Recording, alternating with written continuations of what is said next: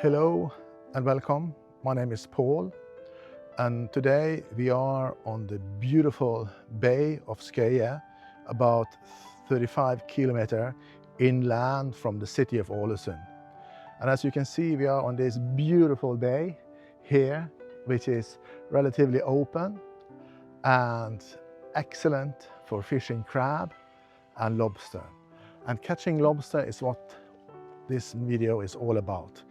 Here we're going to document this year's lobster season and what we are catching, and most importantly, is it worth it? So join me on this adventure documenting this year's lobster fishing season. Oh, yeah. There's no lobster in the world that's worth dying for. Yes! Most importantly, we have to prepare. And first of all, I need to get out my lobster pots. They're also called traps. I think that's basically depending on where on the planet you are. I think maybe in America they call it traps, while in the UK it's pots. I don't know. Please tell me in the comments how it is. But I typically call it pots. So first of all, we need to get out my pots and check them and mark them to make sure everything is as it should be. It's always rather messy in my boathouse, but I think I know where they are. Yeah, yes, they are. Yeah, here they are. So these are my pots. They've been here since last year, well covered and protected. And now we're gonna, it's my glove too. And then we're gonna take them out in the boat and prepare them. So one at a time. Oh, yeah. Here we go. They're actually quite heavy. I guess they're around 20 pounds, 10 kilos. Oh, maybe that's a bit too much. Maybe 5 kilos, 10 pounds. Yeah, maybe. At least there's no need for any kind of, stones or lead or weights to make them sink to the bottom. They are heavy enough as they are, for sure.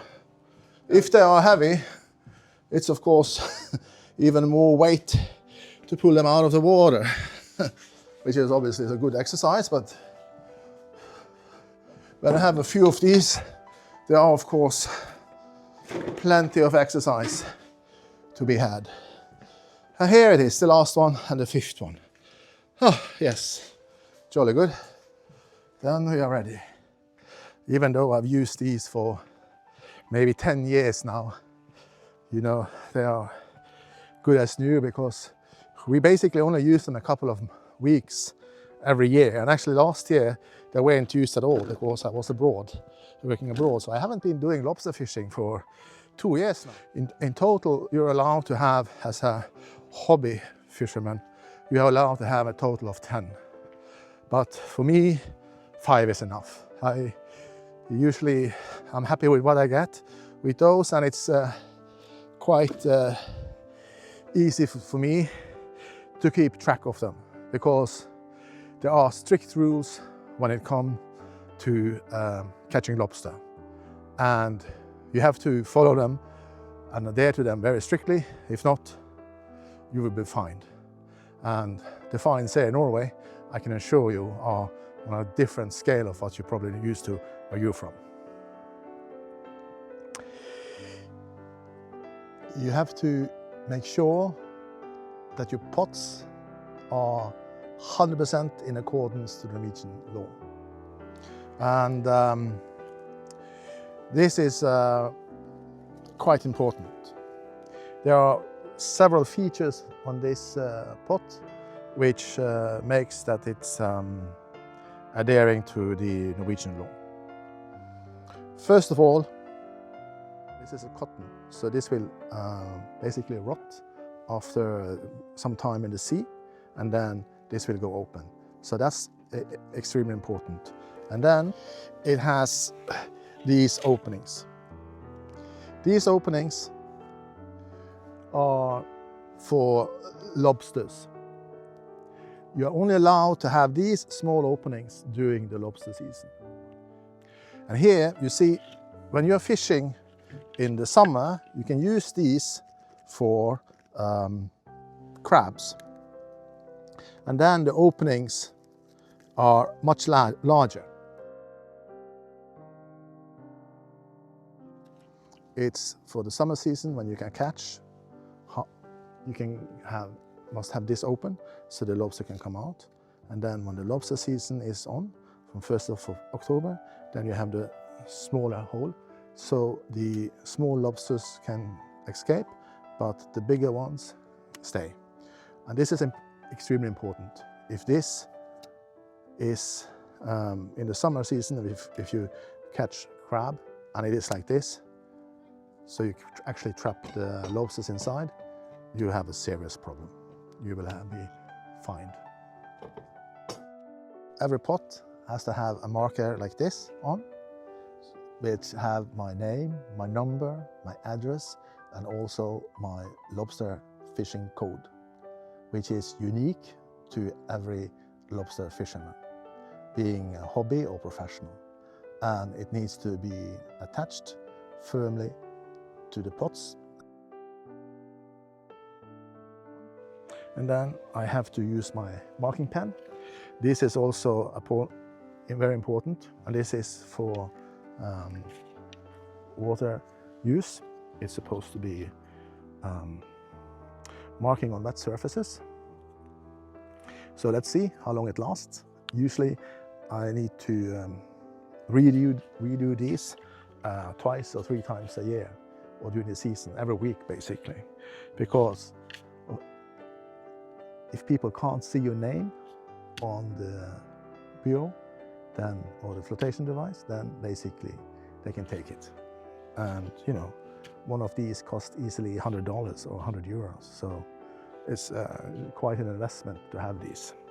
So first of all, I write my name in big capital letters, and then my address and my mobile phone number, and finally the code that I got from the fisheries authorities, the fisheries administration, which is unique to me.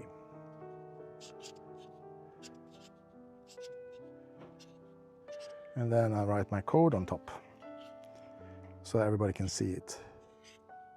The lobster season here is from the 1st of October, and then usually it is until Christmas or New Year. In practice, it means that, you know, come November and December, the weather and the sea is so rough that you really can't look after your pots regularly, which you should.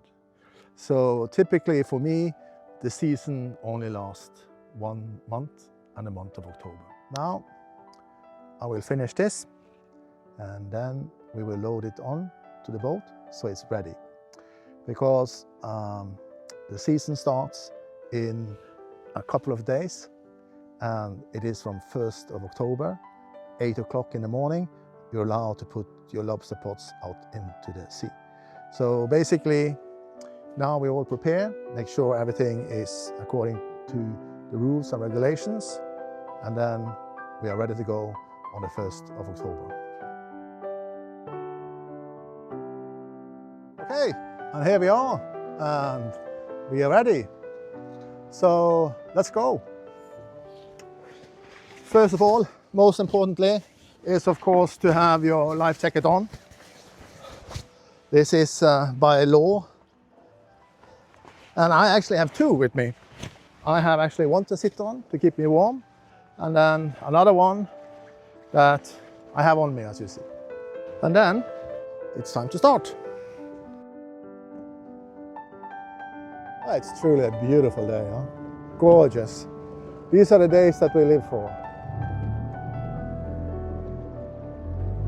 And it's actually quite a journey out to the fishing grounds for lobster, so it will take some time.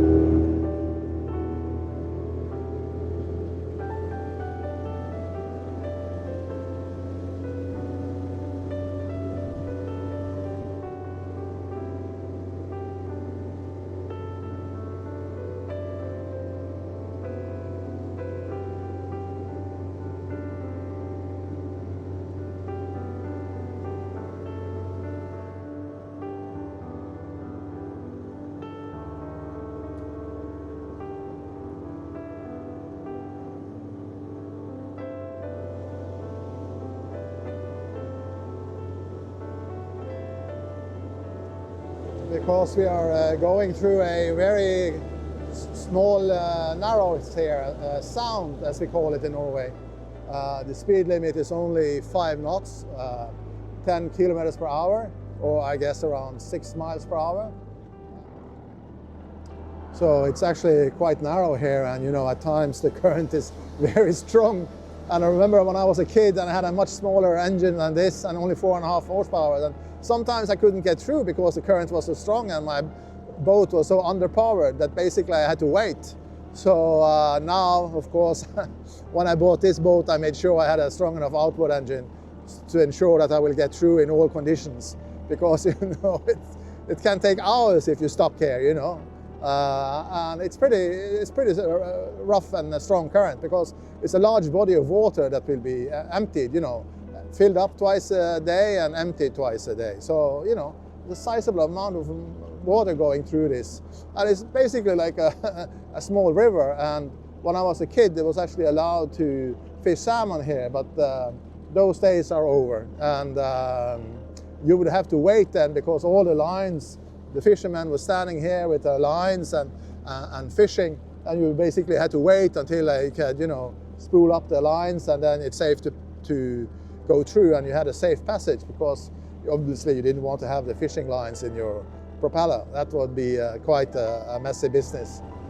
And now we are getting out to the lobster fishing ground, and also into the Storfjord, which is the fjord connecting the city of Ålesund and goes all the way into Geiranger. So it's a very famous fjord.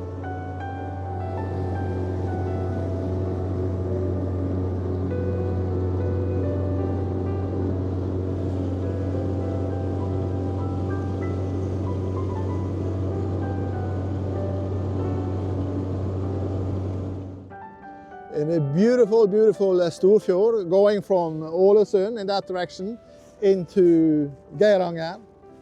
The Storfjord has several names as you move inland, and you know, this is the part, outermost part, which is Storfjord, and then we have Geiranger as we move in. And you know, during the summer season, you know, many cruise ships, huge cruise ships, pass here, and I'm pretty sure many of you have actually been on those beautiful ships and actually been looking at this scenery many times. And if you have so, please leave a comment and tell us how you experienced and how you enjoyed it, or how terrible it was. Maybe it was a traditional Western Norway weather, as we have rather frequently, but as you see, not today. Huh? Today it's a gorgeous, gorgeous fall day. And it couldn't have been better. I think it's around 14, 15, 16 degrees centigrade. And here we have one of my favorite fishing grounds for lobster. On the screen you see a map of southern Norway. You have Oslo to the lower right-hand corner, and in the upper left-hand corner you see Ålesund, and I put a red marker, so please follow the marker, and then we zoom in. And again, you see now Ålesund on the left-hand corner, and then you see the marker has moved in somewhat, and which is on the spot where we are now. And then we basically zoom in again, and then you see the Bay of Skøye, a bit of Storfjord, and the marker that marks where we put the pot. Many people went up at 8 o'clock and early in the morning and put out their pots, but we had other business to attend to. So, and of course, the weather in the morning is not as beautiful and mild as this is. So here we are. Recently we had snow on the tops, the mountain peaks in the background, and you can see actually a little bit left there, but sure sign that the fall season is coming. And here we have the first pots of the season. But what is important, of course, that we have the bait for the lobster in. There are many types of baits. I have actually used mackerel before, and others have herring. Now, I should mention that this is not the mackerel that is just fresh. For the lobster to come and, you know, be interested, it needs to be, you know, pretty much half rotten, you know. The difference between crab and the lobster is the bait. Crab prefers fresh bait, while lobster prefers very well cured or fermented. Now, for the last few years, I've been actually using something else. I've been using pellets. And these are quite effective. Here is the pellets that we use. As you can see, it's not very big. And you simply just do like this. And then a little bit, you know, when it gets water in it, it gets a bit bigger. So basically, you know, it swells. So 1/3 is okay. I get just as many lobster with this. Maybe we can do next year. We can try to make a video about how successful one is with the various kinds of bait. I don't know. Let me know if that's interested. We can try, you know, half-rotten mackerel, half-rotten herring, for instance, and, you know, pellets. And then we can have, we can buy an extra pot, so we have 6. I am allowed to have 10, as you know by now. And basically we can have 2 of each, and then we can try. Why not? As we say in Norwegian news, it's never more fun than you make yourself, right? So here we have the place where we put in the pellets. And basically it just goes in like this. This is actually, so you tie it down, because if you have mackerel and you know, other good stuff that lobster loves, he of course just gets his claw in here and adds himself to it. So you need to tighten this up like here. And again, there's a cotton here. And there's also, as you can see, a cotton here. So we put this up. And now we have, I've been talking as usual and we drifted off, so I need to start up our outboard engine again and then move a little bit closer to the spot, because this is a small shallows. So here where I'm now is about maybe 20-30 meters deep, and the lobster loves, you prefer, you know, you can catch lobster now between about 5 to 10 meters deep. Huh? So this little shallow here is about 3-4 meters deep, nothing more. As all of you who have visited here know very well, the weather is not like this always. So here we are. Without any further ado, we just throw this out. And we let it go. You see it's not very deep here. And it's very clear. And I can see it. I can see my yellow mark there. And there it is at the bottom. And then, a good one. Tweet, tweet. And there it goes. The line is should sink to the bottom. Boats passing by do not catch it in their propeller.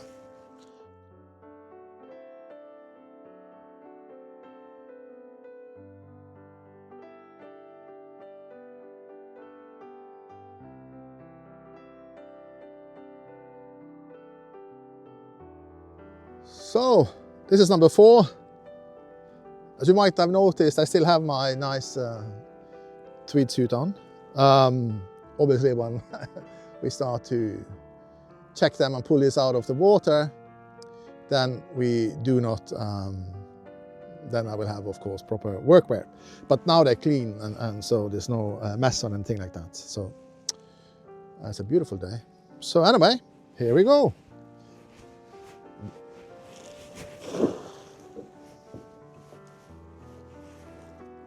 See? Oh yeah, still going.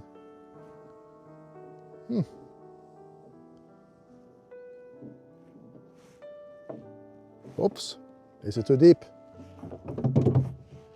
Wow, you can see we're not very far from the land, the shore here. So, tweet, tweet. And there we are.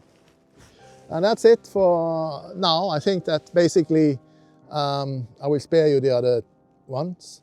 And then we catch up again in 2 days when we go out and check the pots, and hopefully we have enough lobster for a dinner. Let's see. Okay. So, I have said what a gorgeous day and beautiful for many times on this video. It's not one of those days today. We have the tropical storm, or what's left of the tropical storm, Amy, hitting us. It's actually hitting us from the southeast, from inland, whereas normally it will come from southwest, from the sea. So it's the tail end that we're having, and I can assure you it's way too strong wind and high waves for us to even get close to the pot that we put out in the Storfjord. So basically I will back up, turn around and return to the other pots, because it's over there, I can see it in the distance, but so far so good. There's no lobster in the world that's worth dying for and drowning for. So this spot we leave until the sea and the wind calms down. So it's just too rough.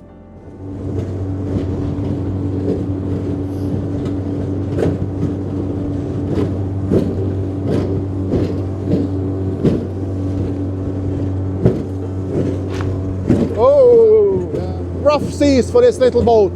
This boat is only a dinghy and only meant for inshore use. So it's not offshore. So basically protected waters only. So let's see what we got. As you can see,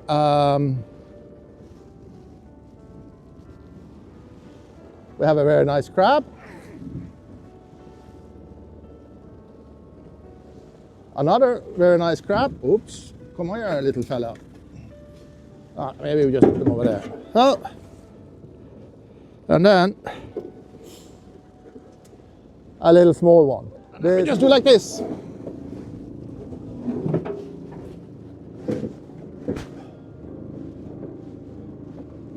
So you see now it's much more shallower. I feel much comfortable with that. Oh, not comfortable, but I think that's a much better sign. And then, Tweety. There we are. And that's it for today.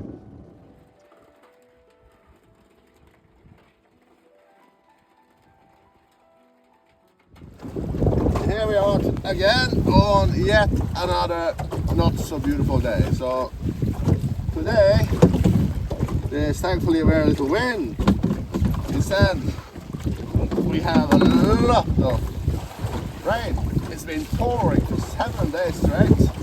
So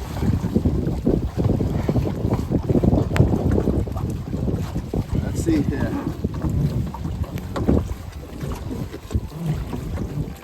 Oh yeah. Oh, actually, that one actually is on the outside.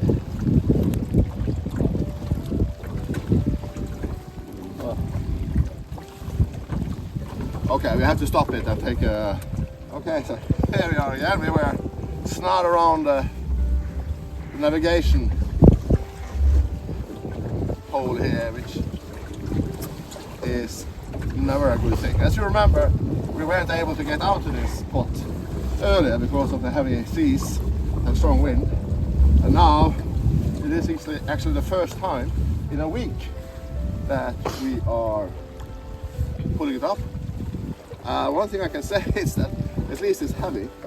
So let's see what we have here. Ooh. Yes, the first one of the season. Now, this you got it. Now it's small. We need to measure it carefully, and then we have a few of these. One. You have to take them in a certain way, if not, they will bite you. I can assure you that is not a very pleasant experience. And here we are.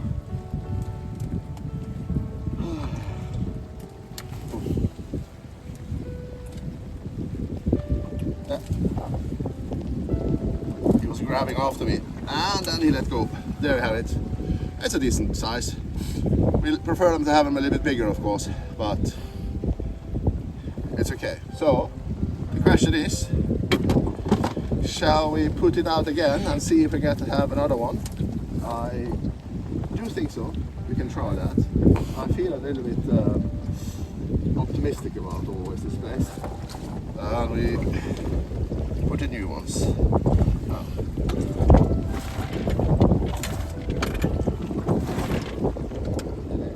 Okay, listen. So here I have more. I just emptied the leftovers into the sea, and this is ready to go again. So we will put it out on the same spot and see if we have another one.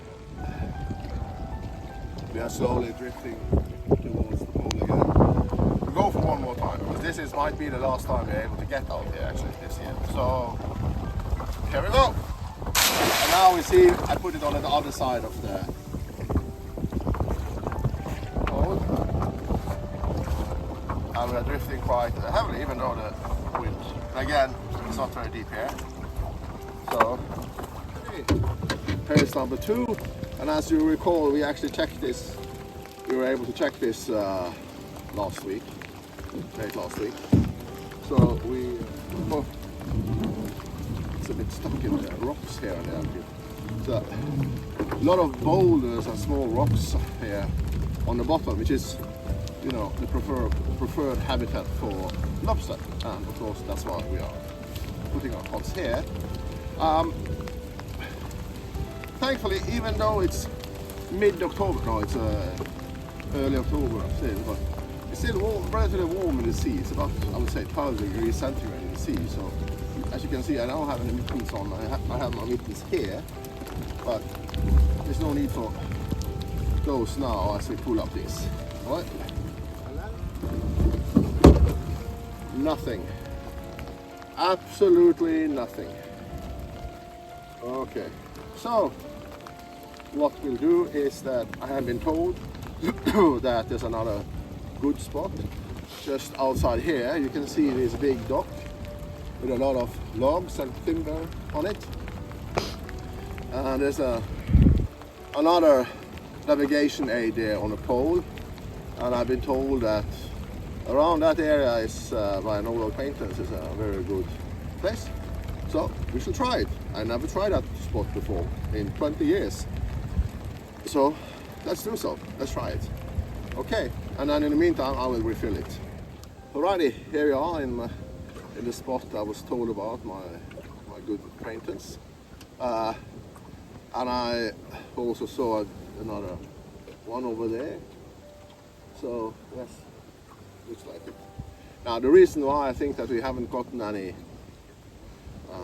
lobster so far in this area, because there's a lot of heavy fishing with pots for crab around that area too. So maybe the little of lobster that was already there was taken away. Anyway, that was my foot was it on it. I don't think this is so deep. Drifting a little bit here. Yeah, it's not very deep. There we are. So this had become a little bit loose. I just want to tighten it with another, they call it half stick actually. Yeah. Just come out. Yeah. 3. And there we are. So we're getting a bit problems with all the rain and the camera I'm using for the shooting here. So if we don't get more lobster now today, I won't bother taping it. But if we get, of course, I will turn on the camera again. So we'll see if we get something or we don't. Here we are in the Bay of Skøye. You see the quay here in the back of us, where we shot the initial footage. And the 3 pots that we have here in the Bay of Skøye has been completely clean. There's a zero sip, nothing, absolutely nothing. So it's pretty obvious that a lot of people have been fishing this bay now for crab. For many years there was no crab to be had in here, and people in the village, they had like this agreement that when they caught a crab in the Storfjord, they would take the smallest ones and put them in here and dump them here. So, you know, for 20 years there was almost no crab here, but then they started to build up the population again. And now I was told by a friend in the village that he said that basically a lot of people have been fishing crabs so aggressively now that there's no left to be had. And that is basically our result. Like, you know, we have been checking these pots twice, and there has been a couple of small crabs like this that, you know, we instantly threw out again to the mothers. And basically this is the last time we're going to put these pots here in the bay. We have moved them a little bit around, and you know, the weather is miserable, so I just spare you from that dull footage. But basically next week we will put them out in the Storfjord again. If we don't get anything like this, you know, it's not worthwhile, you know, spending the time fishing when there's nothing to be had. So anyway, we will backlift a little bit up, and then we take a throw this out again. Miserable weather here, so we just throw it straight out, and then hopefully now I'm fishing for the harbor lobster. I hope you enjoyed this video as much as we have enjoyed making it for you. As always, remember to like, comment, share and subscribe. It means a lot to us. We do these videos for you, and please, if you like them, drop us a line in the comment section, and basically that inspires us and motivates us to make more such videos. So thank you for watching, and hope to see you again soon.